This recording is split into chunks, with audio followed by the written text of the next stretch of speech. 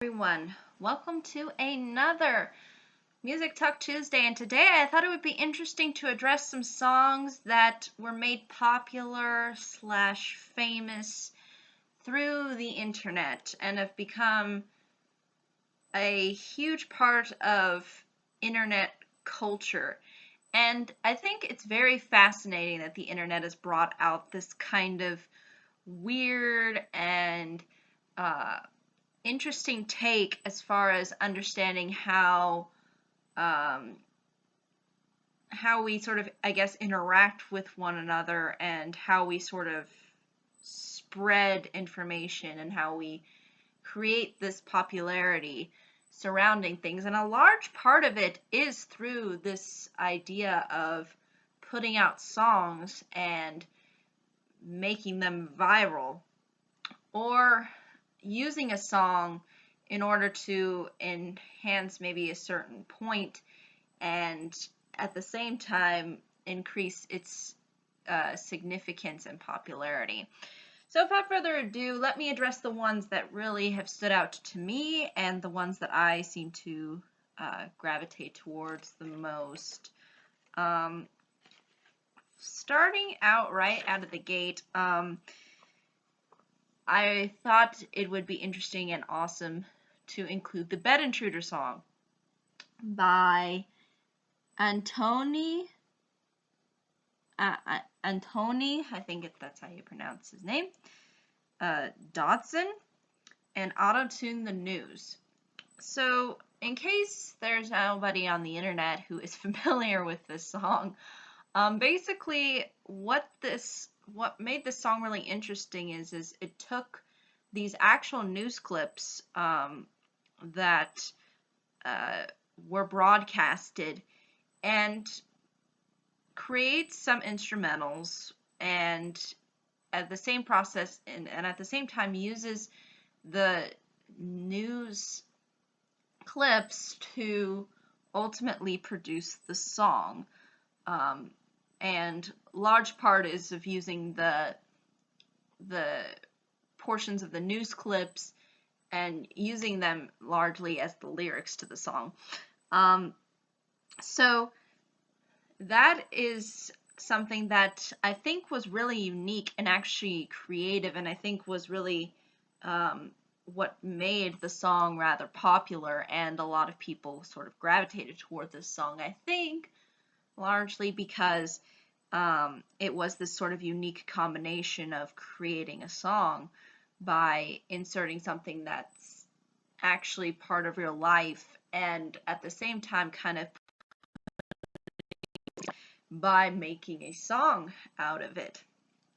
Now, I find this song really fascinating as well because as you'll probably see a lot of internet-oriented content, a lot of it is kind of ironic, because what they're talking about within the news broadcast that is within the song is actually a very serious subject matter, but at the same time, the people who made the song, what they really did with it is they kind of tried to I guess make light of the sort of grim scenario, and sort of, and it's sort of in a way kind of jabs back at the person who committed the crime, which you will see if you choose to listen to the song what exactly that crime is. But really, it's a very fascinating way of looking at entertainment, because usually we don't see news as entertaining. We see news as just providing us important information, and therefore sometimes that information spreads and goes viral for whatever reason. But I think it was it was one of those points within the rise of the internet that I think really left an impact, because a lot of people remember this song, a lot of people remember the memes sort of surrounding the song. They remember the image of, I believe it is the Antoni guy, sort of singing large, I guess you could probably say the majority of the song. So really it's a interesting blend of different things and trying to create some kind of entertainment out of it. And I think this song was really the first attempt at trying to really put something out there, and it did really get viral. I mean, it has blown up. People, I think there is, if you live in the internet age, you've probably heard of this song if you have surfed the web at least for a little bit, because it is really that famous, and people have really, I think, got something out of it. And I mean, I like the fact that it isn't mindless. It actually has a beat to it. It actually feels like a genuine song. And there's actually a very interesting sort of spin that they use and a certain amount of creativity that I think was associated with producing the song. And I think the way in which they did it was very comical, even though the subject matter within the news was rather serious. It sort of made light of the situation and kind of, I guess you could say, gave power back to the guy that was speaking out to the person who committed the crime, which you will see within the song. Antonier, I believe that's how you pronounce his name. So I think really that's what makes this song interesting. And unlike a lot of other viral songs that I've listened to where I feel like they're just so super repetitive and they get dull within the first 5 minutes or however long the song ends up going.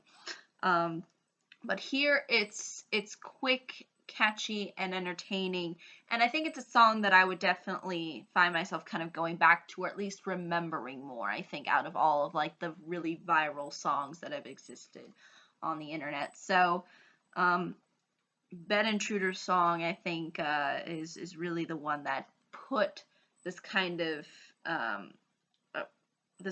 approach of, you know, generating original content through song and using it in a comedic and actually in a real life manner by inserting news as well. Really worked, at least for this song in particular, and I think that's what made it so famous. But without further ado, let me address what the second song is that I wanted to talk about. And this is a song from the 80s, and it's Never Gonna Give You Up by Rick Astley. Now, the interesting thing about this song is this kind of used as a joke.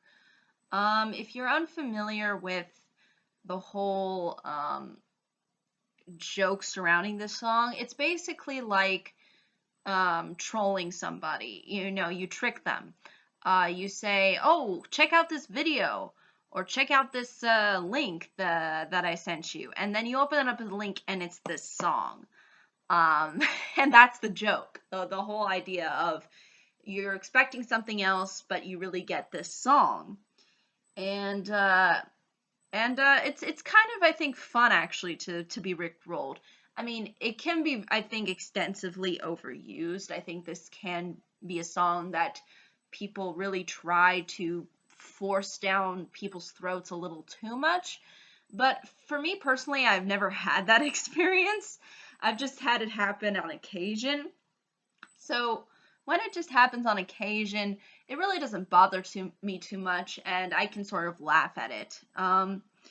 But some people might be wondering, though, why this song? Why is it that this song in particular is a song that you use to trick people or troll people? Well, I think the reasoning is just kind of the way it sort of opens up as a song, because you see him doing like the little dance, and then you hear like the music playing, and it just has this very cheesy, goofy approach to it, that it sort of is like the song is kind of laughing at you, like going, ha ha, Yeah, yeah, woohoo, this is fun. I'm teasing you. So I could see why this song in particular would be chosen as the song to kind of fool people. Um, and some people might be saying, well, um, it's been overdone, and technically this song was, I think, relatively well known within the 80s. Um, but I think it's rather fascinating because usually um, kids, at least nowadays, haven't been really introduced to, I think, a lot of older music.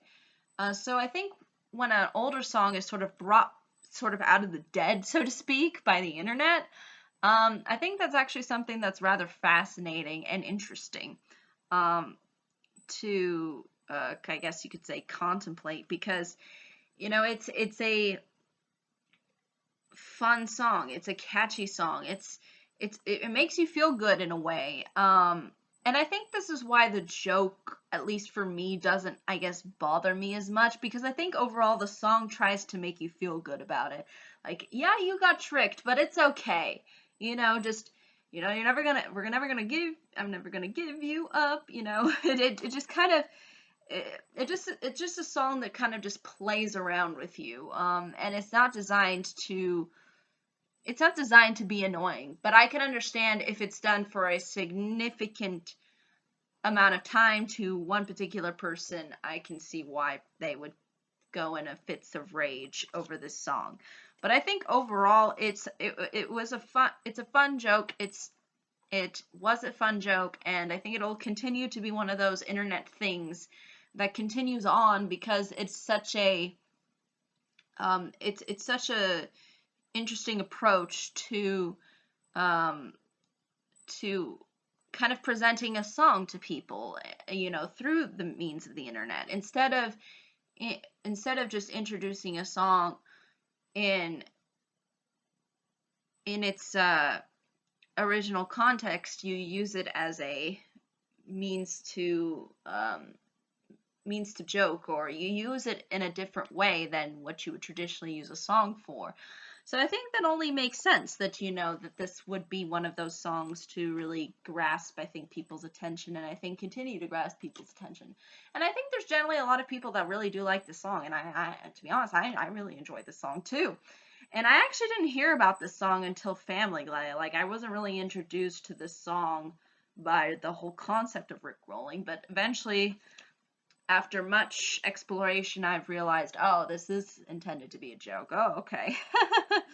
So I guess you could say I jumped on the internet bandwagon a little too late when this rolled around, but at the same time, it's still rather enjoyable. And one of those fun little memes that continues to be one that people across the internet or interwebs remember. Third song that I wanted to mention is the Numa Numa song, also known as Dragosta Den Tai by Ozone. This was another song that I think probably did have a significant amount of popularity, at least based within the country of origin that this song comes from. But this song was actually made famous by this guy named Gary Drosma. And basically what he did was he sat in front of a camera, and I'm not sure if he exactly sings parts of the song or if he lip syncs the entire thing, but from what I can tell, he does a very good job in pronouncing the words to the song and really dancing to the song and just being very goofy. And I think this is really one of those kinds of internet sensations that I think people can understand why it kind of is a thing that initially went viral. And I think that was because it had a very down-to-earth approach. It wasn't like it was extensively edited. It wasn't like this was someone that had a lot of, technology or a huge amount of time invested into the song, although he obviously it did take him some time. I mean, it wasn't in the same, it didn't feel like a professional was doing this. You know, it felt like it was just this average guy doing it. And I think a lot of people liked that idea. And I think a lot of people still like this idea of the fact that the internet is a place for random people to express themselves. So I think that's really what this particular sort of song showcases, with the way in which he executes the song by dancing and sort of singing to it. Um, and I think it overall works. I mean, it's very goofy and silly, and you know, it has its ridiculousness to it, but I do find myself really enjoying it for what it is, and I genuinely remember the song because of it. And I think a lot of it has to do with the fact that he does have a lot of energy and passion for it. Even if he is just sitting down dancing in his chair and singing all properly, or at least lip syncing all properly. Because sometimes it's just sort of hard to tell with these videos, especially when they're super old, and you can tell that too the quality of this particular song is not the best. But despite that, I think this is what made it famous. It was simple, it was straightforward, it didn't try to be this very excessively elaborate thing. It was just this guy in front of a camera sitting down and dancing to a song.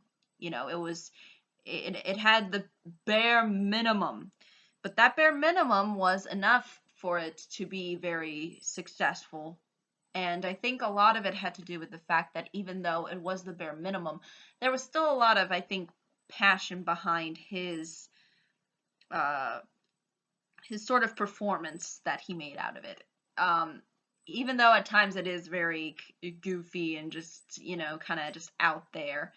And I think it identified with a lot of people that, you know, were kind of surfing around the web, because, you know, it was kind of a way for them to see that oh, there's just another average person on the internet too, and he's singing a song. So I can definitely understand why its popularity remained for a significant amount of time, and why I still think a lot of people do kind of come back to this one.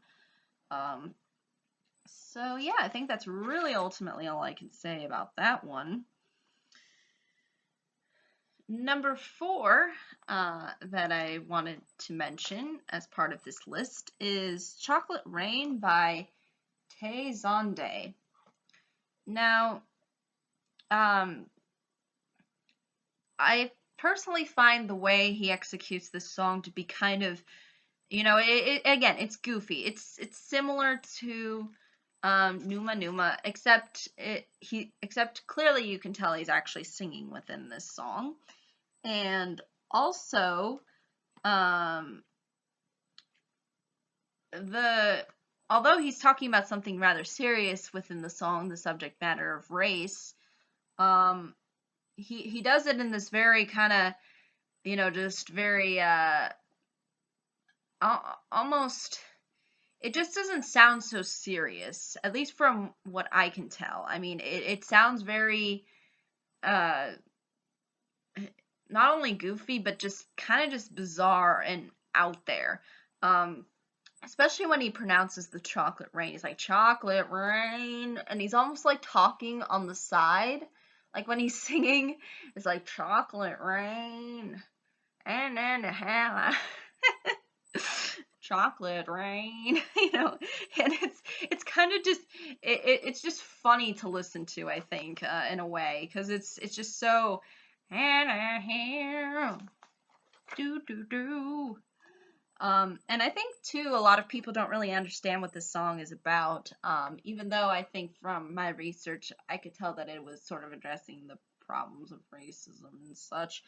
But regardless, I still feel like it's just the way he has this kind of just he's not very, he has this kind of awkwardness to him,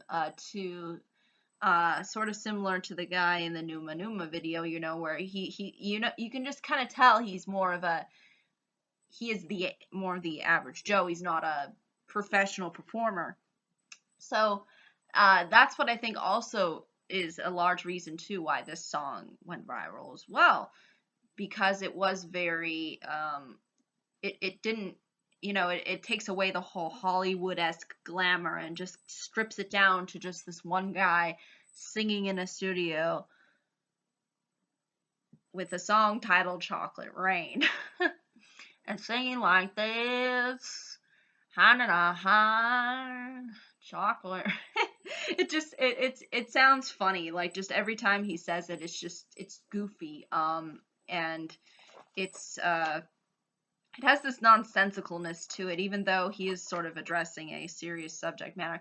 Again, similar to the Bed Intruder Song, where it's kind of trying not to be so elaborate. It's just trying to be very,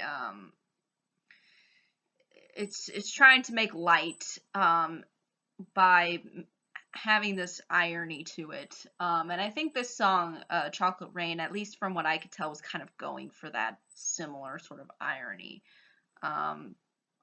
Because even though he maintains a little bit more of a serious expression, just the way he accentuates the words just sounds, it just sounds funny. It just sounds hilarious to me. It doesn't, and it's not necessarily that he's a bad singer or necessarily a out of the ballpark amazing singer, but at the same time, it's like he offers his own sort of unique blend of the two, and those seem to kind of work with each other, and I think that's why it's one of the more enjoyable viral songs, Chocolate Rain.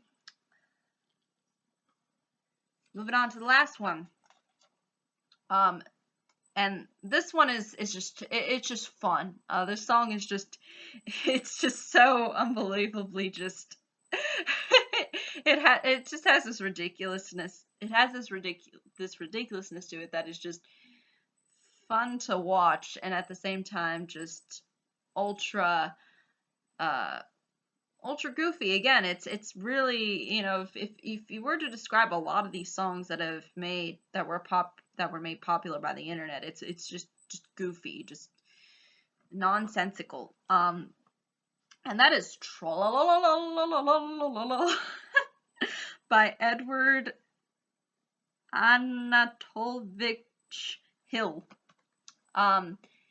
And this was made within the 1960s in Soviet Russia, because in Soviet Russia, internet make viral songs for you. Within the 21st century, where Soviet Russia doesn't exist anymore. So basically, it's rather amusing because you see the performance of this singer, and he's walking out on a stage, it looks like, and he's just singing the Trololololo, and he's so happy and just kind of just having fun, and you could tell that there's just a lot of there's a lot of energy that he has, and it sounds just so unbelievably goofy in just the way he has his expressions. But it's also the fact that this song kind of encapsulates that the internet's supposed to be sort of a fun place, and it's designed to be a place where people go to kind of have fun and sort of laugh and make light of things. Again, the internet is designed to kind of be sort of escapist, I guess. And this song sort of provides that. And he does a very good performance. You can tell that he is a very well trained singer, especially the way he executes all of the notes and such. But actually translated from Russia, he's basically singing about the fact that he's glad because he can finally return back home. That's sort of part of the song.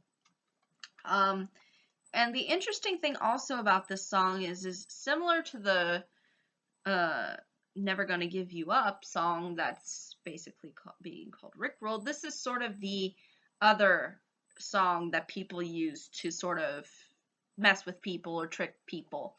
And I think that largely has to do with the fact that it sounds like trolling, because you know when he sings Trololololo, it's kind of like saying, I am trolling you, ha ha ha ha ha ha ha ha, I'm laughing at you, you know, that kind of a message really carries through within this song, because it is just so lighthearted and cheesy, and you know and it really does work. Like, it gives off that effect. And I think it's definitely a fun song to use when tricking people. And I think overall it's very entertaining.